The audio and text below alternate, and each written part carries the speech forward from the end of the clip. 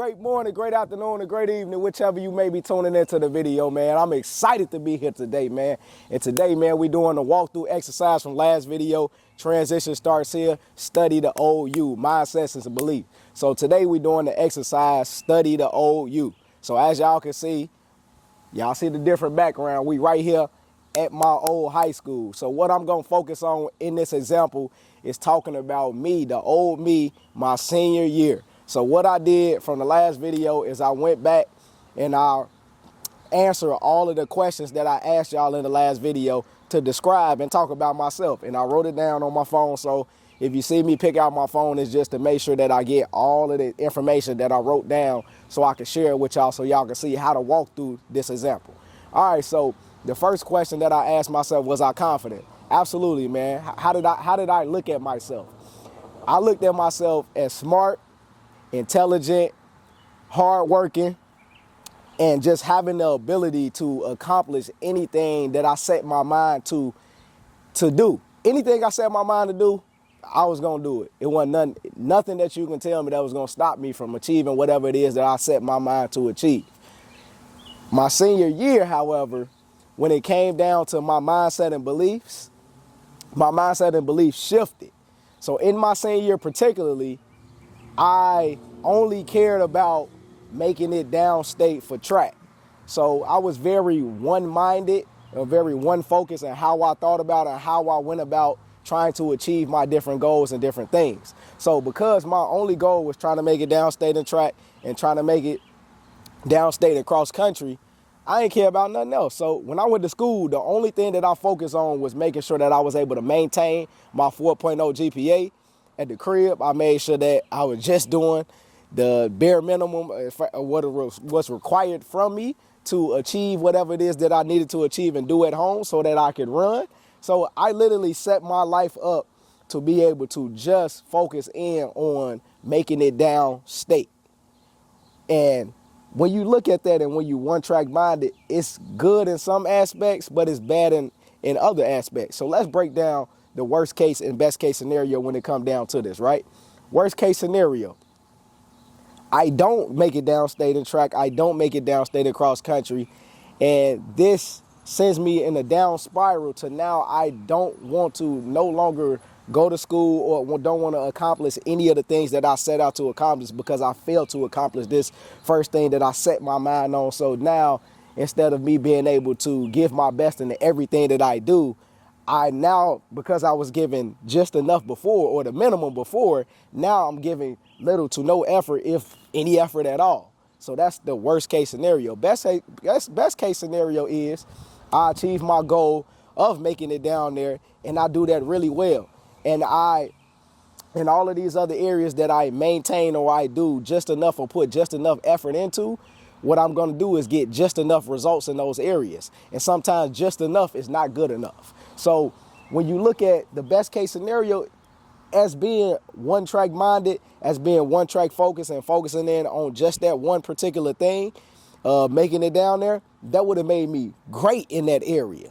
That would have made me great in that area. But all the other areas, it would have made me average or subpar in those areas. So I wouldn't have been able to be a well-rounded individual if I continue to move with that different mindset and I continue to move with that different belief.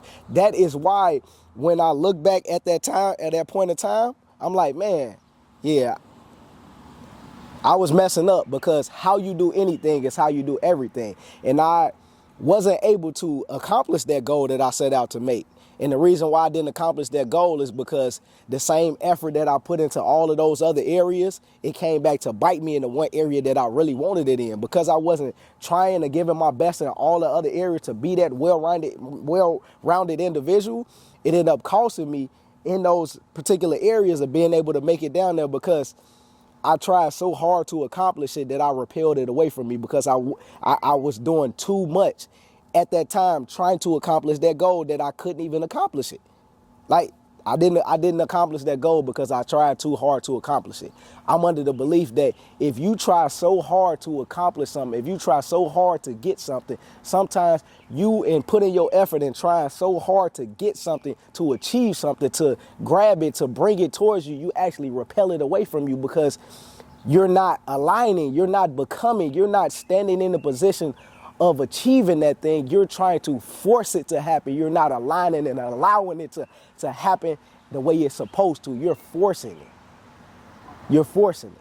So that is my lesson of me studying the old me. But let's get into the second part, right? So actually, yeah, let's get into the second part of that. So I didn't interview no people, but at the time, there was people talking to me and telling me how I was showing up in that time.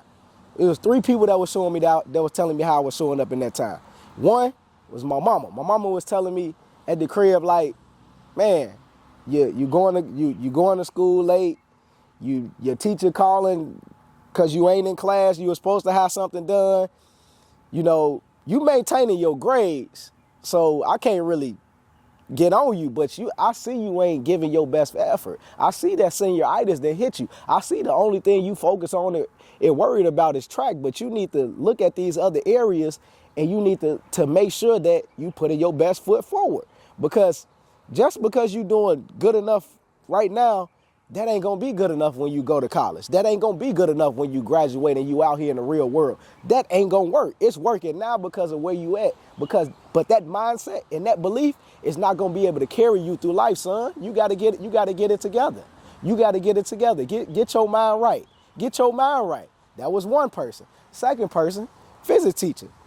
So the next 2 teachers, they both went to University of Illinois and they both studied in STEM. One of them was engineering and one of them was math. My science teacher, Mr. Severs, told me, he like, Daryl, man, I don't know what's going on with you. You know, you're doing pretty well in the class, but I know you. I had you in class last year. I see how you coming. I see how you moving. You not showing up. You not putting in the same effort that you was putting in last year. You not coming in and getting after it like you was getting after it. You doing just enough, man. Like, what's going on? Like, what's to you? What you got going on? Like, you're gonna have to work on those habits. You're gonna have to get it right now, because the way that you going about it right now in this class senior year, this AP Physics, if you go to U of I and try to do this, what you doing now, you ain't gonna make it. You is not gonna make it there. So you got to get it together right now. So when you get down there, you already know what to do. Third person, Miss Moss. I'm in AP Calculus, so I skipped pre-calc in high school and went straight to calculus. So I'm in there, man. I'm doing real, man. Look, that class is kicking my butt. That class is kicking my butt. But in the class, I'm going to after school, getting extra. I'm getting the tutoring done at tutoring. But the whole time I'm at tutoring, I'm thinking about all the workouts and stuff that I'm missing at track. So my mind, I'm there, but I'm not there. I'm present, but I ain't present. Like, I'm not there. And my teacher, she can see it. She like, what's on your mind? Like, I know you got to go to track practice. I know that's where you want to be. I know you don't want to be here right now, but we here. Get this work done. Get this work in, because the whole reason why you skip pre-calc to get a taste of this calculus is because you want to study engineering. So try to get it right now. Put in the extra effort to get it right now. You're going to have to put in the extra effort to get it right now. Your calculus is flawless, but your algebra is terrible. So you can do all the calculus in all of the world, but if you can't get to the end of that problem and do that simple algebra to be able to make it to the end of the problem, you ain't gonna make it, son. You gotta get it together. Come on, put that effort in.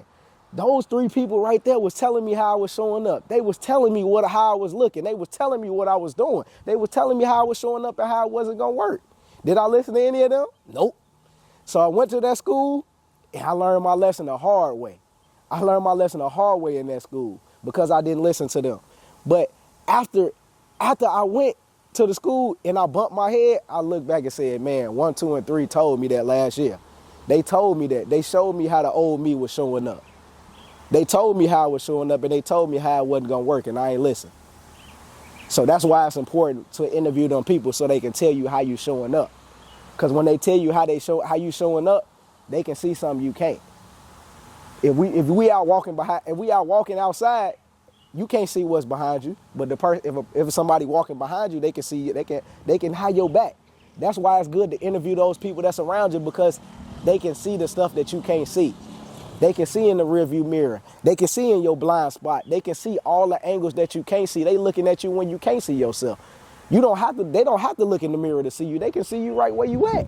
So, man, that's why it's important to do them interviews, man. That's why it's important to get that information. That's why it's important to do that, man. It's important to do all those different things, man. Best case scenario, worst case scenario, and answer the rest of those questions, man, because once you're able to answer those questions in a way that it pushes you and propels you, when you study in the OU, you can make sure you don't forget anything. So, man, let me check this real quick just to make sure I didn't leave anything out, man. I appreciate y'all watching the video, man. If you feel like somebody need to hear this, man, like, watch, comment, and share it with them, man. For real, share it with them so we can all grow together, man. That's the whole purpose of the video in this series, is we can grow together in our mindset and beliefs as we study the old version of who we used to be, so we can become the version of who we supposed to be.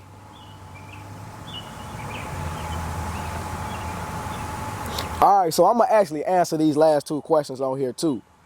What did I believe I was capable of, and how did I define success? Man, I believe I was capable of achieving anything I put my mind to. I define success as, at the time, let me think about that. That's a real good one. I define success as anything at the time that I could achieve, or anything I believed I could achieve and I did it, I believe that was success. The new me, however, believes that you have to be able to do it, but do it more than once and do it consistently in order for it to be success. All right, man, that's it for this week, man. I appreciate y'all tuning into the video, man. Let's do it. That greatness is in the heart, baby. And we all got it. Let's go. Woo! Out here, boy. Yes, sir.